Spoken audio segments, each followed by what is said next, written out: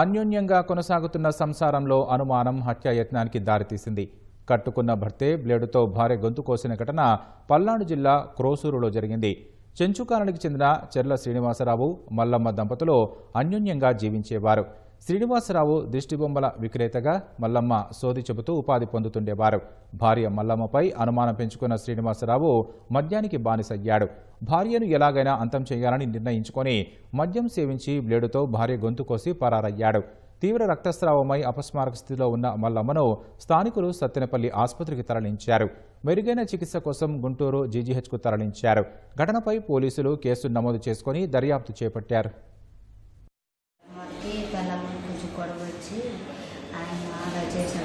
మా వదిన తాగింది మన్నా తాగుతాడు. మరి ఇంకొక ఆయన్ని మా వదిన నమ్ముకొని డబ్బులన్నీ డాక్టర్ కానీ ఏదైనా కానీ అన్నీ ఆయనకి డాక్టర్స్కి సార్. అందువల్ల మా అన్నగాడు బాగా గమనించి ఫోన్ రికార్డ్ చేసి ఫోన్ రికార్డ్ పెట్టారు సార్. రికార్డు పెడితే వాళ్ళిద్దరు మాట్లాడుకునే కాబట్టి రికార్డులో పెడితే మా అన్నకి బాగా ఆలోచన ఇచ్చి చంపేద్దామని చనిపోయి గొంతు కోసారు.